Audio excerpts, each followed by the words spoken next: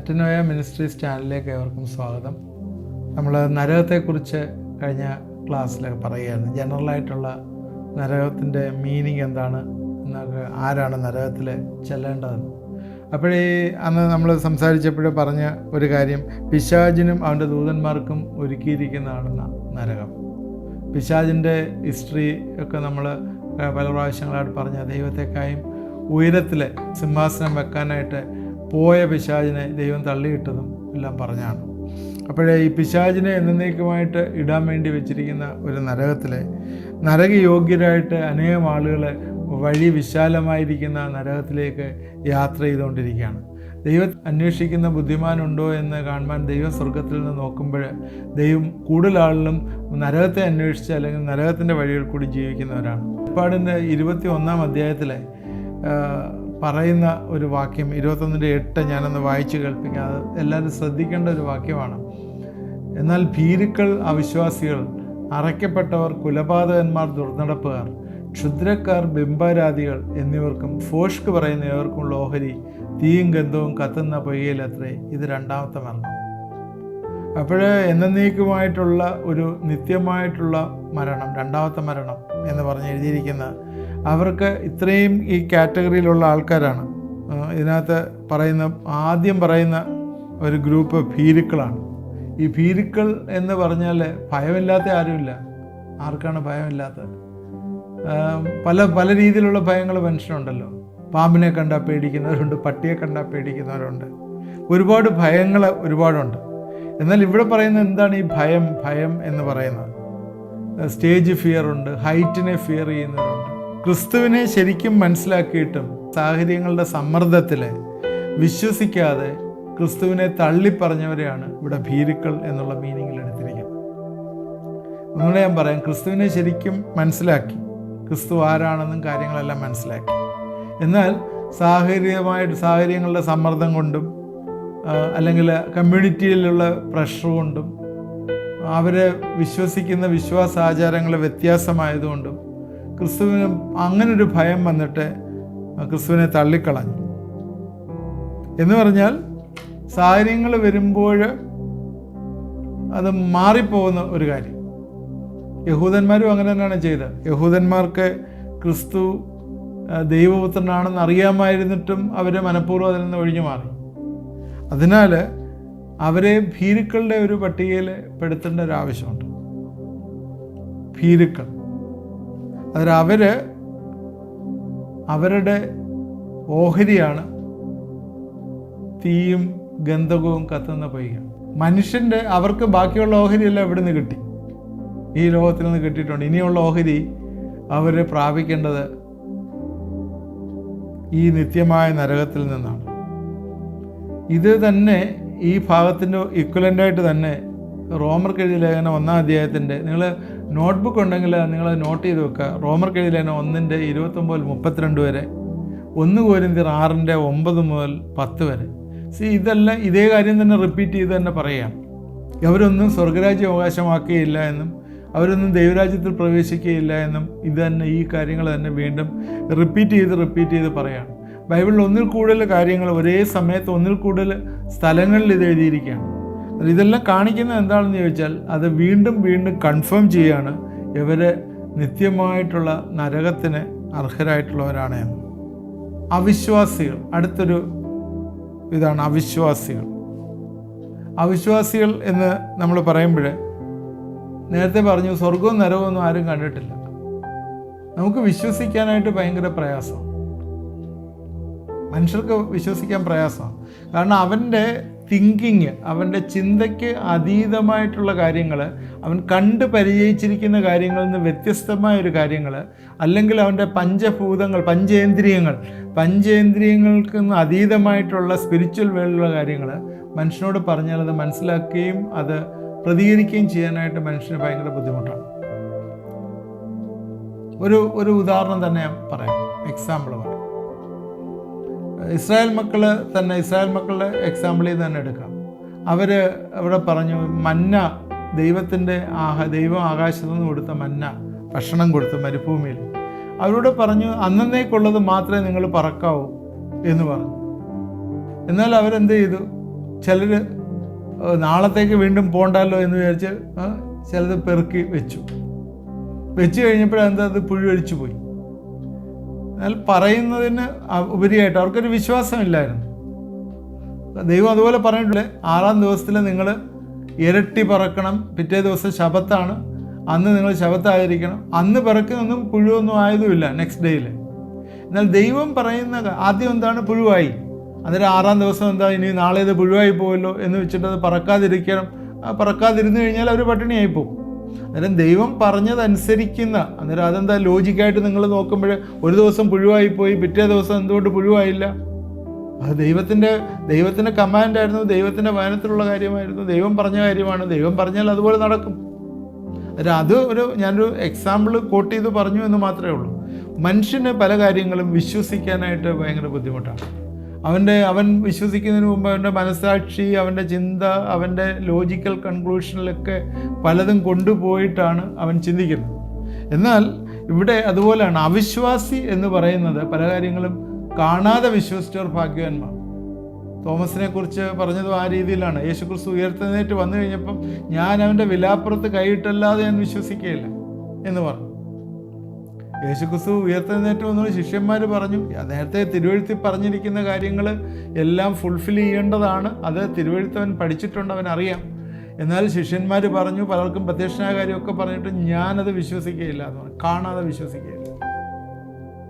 എന്നാൽ ഇപ്പോഴത്തെ സ്റ്റേജിൽ നമ്മൾ ഈ ലോകത്തിരിക്കുക കണ്ടാലും വിശ്വസിക്കാൻ പറ്റാത്തൊരു സ്റ്റേജിലാണ് ഇപ്പോൾ ഇരിക്കുന്നത്. അങ്ങനെയുള്ള സാഹചര്യത്തിൽ ശരിക്കും ദൈവത്തിൻ്റെ വചനം നമ്മൾ അവിശ്വസിക്കേണ്ട ആവശ്യമില്ല, നമ്മൾ വിശ്വസിക്കുക തന്നെ വേണം. അവരെയാണ് അവിശ്വാസികൾ എന്ന് പറയുന്നത്. ദൈവത്തിൻ്റെ വചനം വിശ്വസിക്കാതിരിക്കുന്നവരെയാണ് അവിശ്വാസികൾ എന്ന് പറയുന്നത്. അതുകൊണ്ട് നമ്മൾ ഈ നാളുകളിൽ ദൈവത്തിൻ്റെ വചനം വിശ്വസിക്കണം, ദൈവം പറഞ്ഞിരിക്കുന്ന കാര്യങ്ങൾ വിശ്വസിക്കണം. അറയ്ക്കപ്പെട്ടവർ, ഞാനത് ഒരുപാട് കാര്യങ്ങളുണ്ട്. കൊലപാതകർ, മർഡറേഴ്സ്, അറയ്ക്കപ്പെട്ടവർ, അബോമിനബിൾ, ദുർനടപ്പുകാർ, ഇമ്മോറൽ പേഴ്സൺ, ക്ഷുദ്രക്കാർ, സോർസേഴ്സ്, ബിംബാരാധികൾ, ഐഡോലട്രീസ്, ഫോഷ്ക്ക് പറയുന്നവർ, ഓൾ ലയേഴ്സ്. ഇത്രയും ഗ്രൂപ്പുകൾ ഉണ്ട്. ഇവരൊന്നും തന്നെ ദൈവരാജ്യം അവകാശമാക്കുകയില്ല എന്ന് 1 കൊരിന്ത്യർ 6-ാം അധ്യായത്തിൽ പറയുന്നുണ്ട്. അത് തന്നെ വീണ്ടും ഇവിടെ റിപ്പീറ്റ് ചെയ്യുന്നുണ്ട്. അവരുടെ ഓഹരി തീയും ഗന്ധകവും ആയിട്ടുള്ള പൊയ്കയത്രയും. നേരത്തെ പറഞ്ഞു, ഇതിനകത്ത് ഈ ഭീരുക്കളും അവിശ്വാസികളും ബാക്കിയുള്ളതൊക്കെ നമ്മൾ നമ്മുടെ പ്രവൃത്തി കൊണ്ടുള്ള കാര്യങ്ങളാണ് പലതും. ഈ അവിശ്വാസം എന്ന് നേരത്തെ പറഞ്ഞാൽ അത് എന്താണ് ശരിക്കും? അവിശ്വാസമുള്ള ദുഷ്ടഹൃദയം. എബ്രായർ പറയുന്നതാണ്, അവിശ്വാസമുള്ള ദുഷ്ടഹൃദയം ആർക്കും ഉണ്ടാകാതിരിക്കട്ടെ. ഇങ്ങനെയുള്ളവരെല്ലാം ഇതൊരു സാത്താൻ്റെ ഒരു ക്വാളിറ്റി എന്ന് വേണമെങ്കിൽ പറയാം. ഇങ്ങനെയുള്ളവരെ ഒരിക്കലും സ്വർഗരാജ്യം അവകാശമൊക്കെയില്ല. അവരുടെ ഓഹരി നരകത്തിലാണ് എന്ന് മറന്നുപോയത്. അവിടെ കരച്ചിലും പല്ലുകടിയും ഉണ്ടാവും.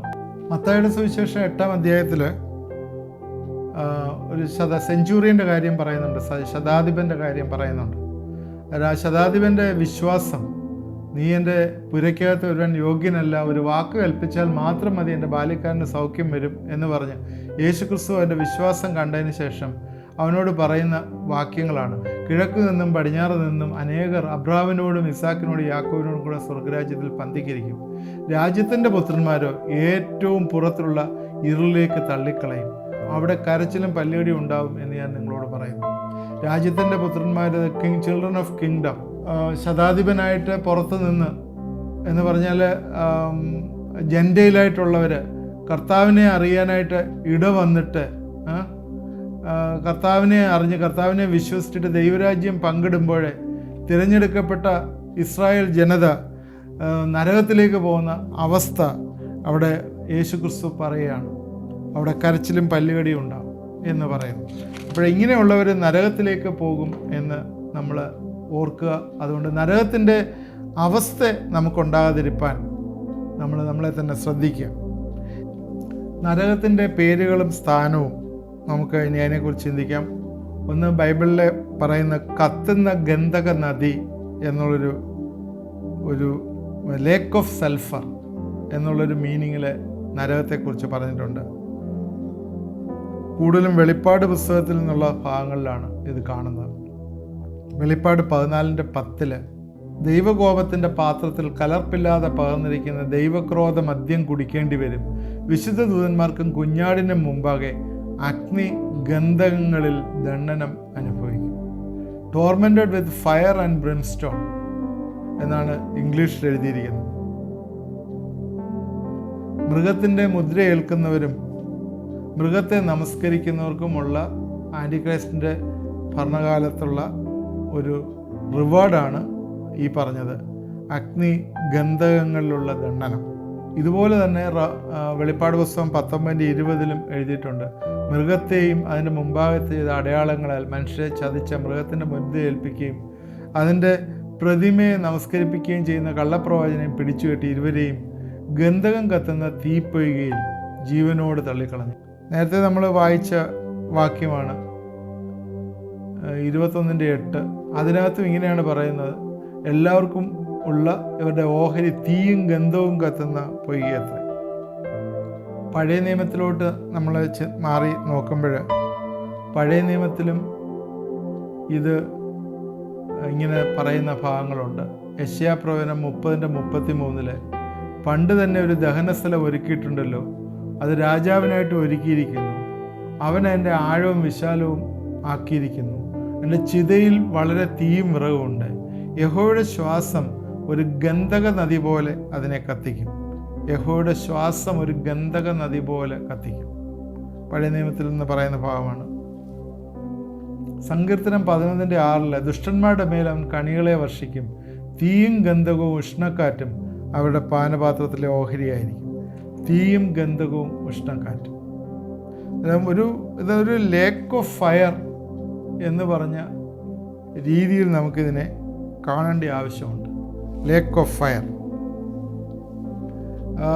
ഇത് വേറൊരു പേരാണ് ഇതിനകത്ത് ഉപയോഗിക്കുന്നതാണ്, ഗഹന്ന എന്ന് പറഞ്ഞൊരു പേര്. അത് ഏറ്റവും കൂടുതൽ പറഞ്ഞിരിക്കുന്ന യേശുക്രിസ്തുവാണ്. നേരത്തെ ഞാൻ പറഞ്ഞു 11 പ്രാവശ്യം യേശു ഉപയോഗിച്ചിട്ടുണ്ട്, 12 പ്രാവശ്യം അത് ബൈബിളിൽ എഴുതിയിട്ടുണ്ട്. അതിന് ഒരുപാട് റെഫറൻസ് ഉണ്ട്. ഞാൻ അതിന് എല്ലാ റെഫറൻസും ഒന്നും എടുത്ത് വായിക്കുന്നില്ല. നിങ്ങൾ നോട്ടുള്ളവർ അത് വേണമെങ്കിൽ എഴുതിയെടുക്കാം. മത്തായി 25:46, മത്തായി 5:22, 29, 30, മത്തായി 10:28, മത്തായി 18:9, മത്തായി 21:15, 33, മർക്കോസ് 9:41, 45, 47. ഇതെല്ലാം ലൂക്കോസ് 2:15. അതുപോലെ ഇതിന് പുറത്തായിട്ടുള്ള ഒന്ന് ജെയിംസ് 3:6, യാക്കോബ് 3:6 മാത്രമാണ് പുറത്തുനിന്നുള്ളത്. 11 യേശുക്രിസ്തു തന്നെ പറഞ്ഞിട്ടുണ്ട്. എന്താണ് പറഞ്ഞ കാര്യം? യേശുക്രിസ്തു ഇത് പറയാനുള്ള കാരണം ആരും നശിച്ചു പോകരുത് എന്നുദ്ദേശിച്ചാണ് പറഞ്ഞത്.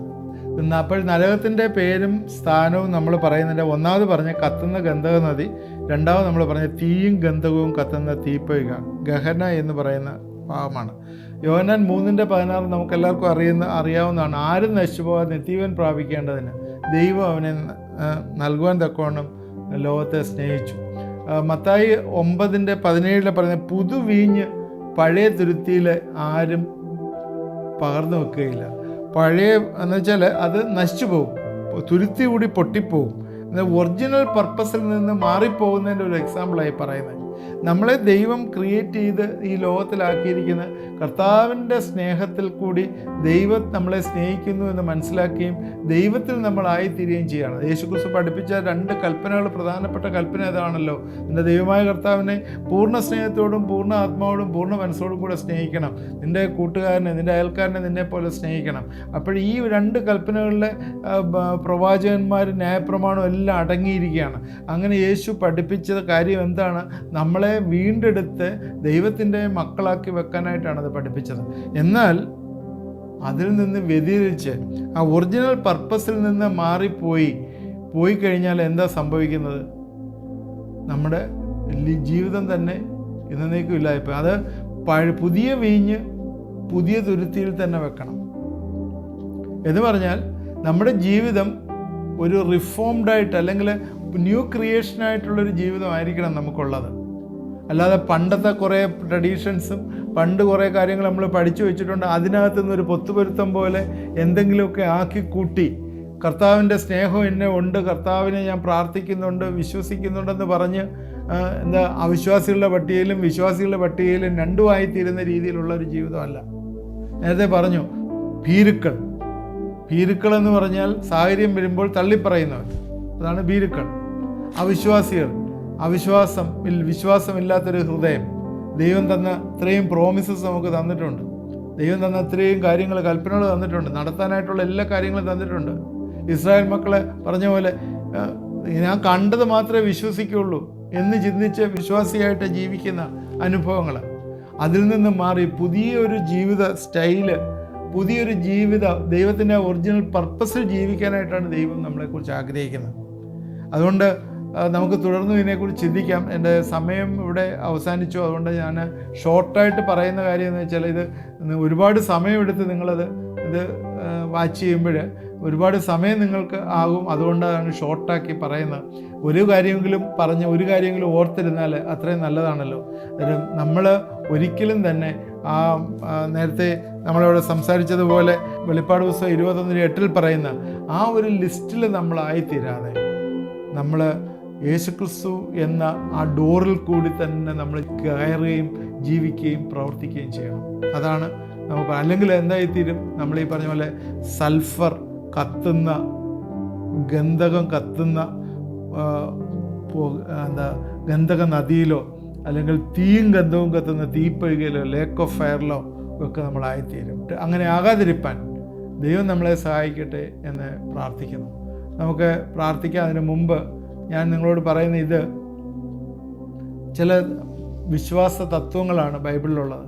ഇത് മറ്റുള്ളവർക്ക് നിങ്ങളുടെ ഫ്രണ്ട്സിനെ ഷെയർ ചെയ്യണം. അതിനകത്ത് കാര്യങ്ങളുണ്ട്. കാരണം പലരും ഇന്ന് കാര്യങ്ങൾ മനസ്സിലാക്കാതെ ഇരിക്കുന്നവർ ഒരുപാട് പേരുണ്ട്. നിങ്ങളുടെ കൂട്ടത്തിലും നിങ്ങളുടെ ഫ്രണ്ട്സായിട്ടുള്ളവരുമൊക്കെ അവരിത് അറിയുകയും ഈ ദൈവത്തെ വിളിക്കുകയും ചെയ്യുന്ന ഒരു അനുഭവത്തിലേക്ക് വരണം. കാരണം കാലം അതിക്രമിച്ചിരിക്കുകയാണല്ലോ.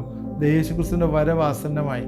നമ്മൾ യേശുക്രിസ്തുവിൻ്റെ വരവിനെക്കുറിച്ചൊക്കെയുള്ള കാര്യങ്ങൾ ഈ വരുന്ന ദിവസങ്ങളിൽ ധാരാളമായിട്ട് സംസാരിക്കും. അപ്പോൾ ഇത് അവർ കാണുകയും മനസ്സിലാക്കുകയൊക്കെ ചെയ്യുന്ന അവരുടെ ജീവിതത്തിൽ വലിയ അനുഗ്രഹമായി തീരും. നമുക്ക് പ്രാർത്ഥിക്കാം. നിങ്ങൾ എന്നോട് ചേർന്ന് പ്രാർത്ഥിക്കണം. രോഗികളെ ഓർത്ത് പ്രാർത്ഥിക്കുന്ന സമയമുണ്ട്. ജീവിതത്തിലെ പ്രയാസങ്ങൾ കൂടി കടന്നു പോകുന്നവരെ ഓർത്ത് പ്രാർത്ഥിക്കുന്ന സമയമുണ്ട്. നിങ്ങളത് എന്നോട് ചേർന്ന് പ്രാർത്ഥിക്കണം. ഏതെങ്കിലും പ്രയാസങ്ങൾ കൂടി നിങ്ങൾ കടന്നു പോകുന്നില്ല, അതിൽ ദൈവം നിങ്ങളെ വിടുവിക്കും. ദൈവമായ കർത്താവേ, ഈ സമയത്തിനായിട്ട് ഞങ്ങൾ നിന്നെ സ്തുതിക്കുന്നു, സ്തോത്രം ചെയ്യുന്നു. നീ ഞങ്ങൾക്ക് തന്നിരിക്കുന്ന ഈ കർത്താവെ വചനം കേൾക്കുവാനായിട്ടുള്ള സാവകാശത്തിനായിട്ടെല്ലാം നിന്നെ സ്തുതിക്കുന്നു. നരകത്തെക്കുറിച്ചൊക്കെ കാര്യങ്ങൾ ഞങ്ങൾ ഡിസ്കസ് ചെയ്യുമായിരുന്നു. കർത്താവെ, നരകത്തിൻ്റെ ആരാണ് പോകുന്നത്, അതുപോലെ നരകത്തിലെ പേരുകളെക്കുറിച്ചും ഒക്കെ ഞങ്ങൾ ചിന്തിക്കായിരുന്നല്ലോ കർത്താവെ. അവിടെ നശിച്ചു പോകുന്നവരാണ് ഇതിലേക്ക് പോകുന്നത്. ആ വഴിയിൽ പോകാനായിട്ട് ഞങ്ങളെ അനുവദിക്കരുതേ എന്ന് പ്രാർത്ഥിക്കുന്നു. പുതിയ വീഞ്ഞ് പുതിയ തുരുത്തിയിൽ തന്നെ എപ്പോഴും ആയിരിക്കണം. പഴയ തുരുത്തിയിൽ കൊണ്ട് പുതിയ വീഞ്ഞ് വെക്കുവാനായിട്ട് കർത്താവെ ഞങ്ങളെ അനുവദിക്കുക. ഞങ്ങളുടെ ജീവിതം പുതിയതാണല്ലോ കർത്താവെ.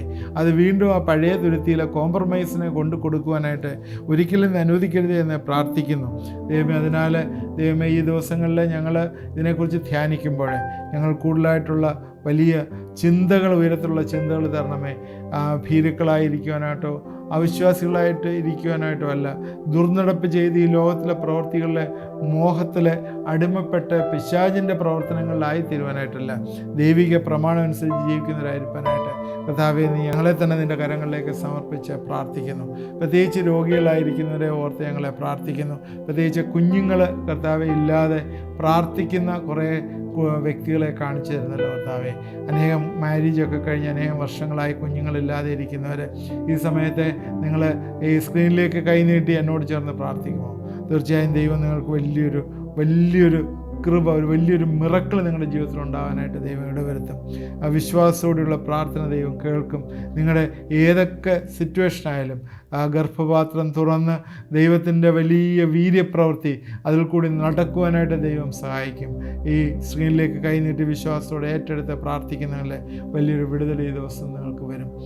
വിശ്വാസത്തോടെ പ്രാർത്ഥിച്ചു എന്ന് ഞാൻ ചിന്തിക്കട്ടെ. ദൈവമേ, ഇവരെല്ലാം ഏൽപ്പിച്ച് പ്രാർത്ഥിക്കുന്നു.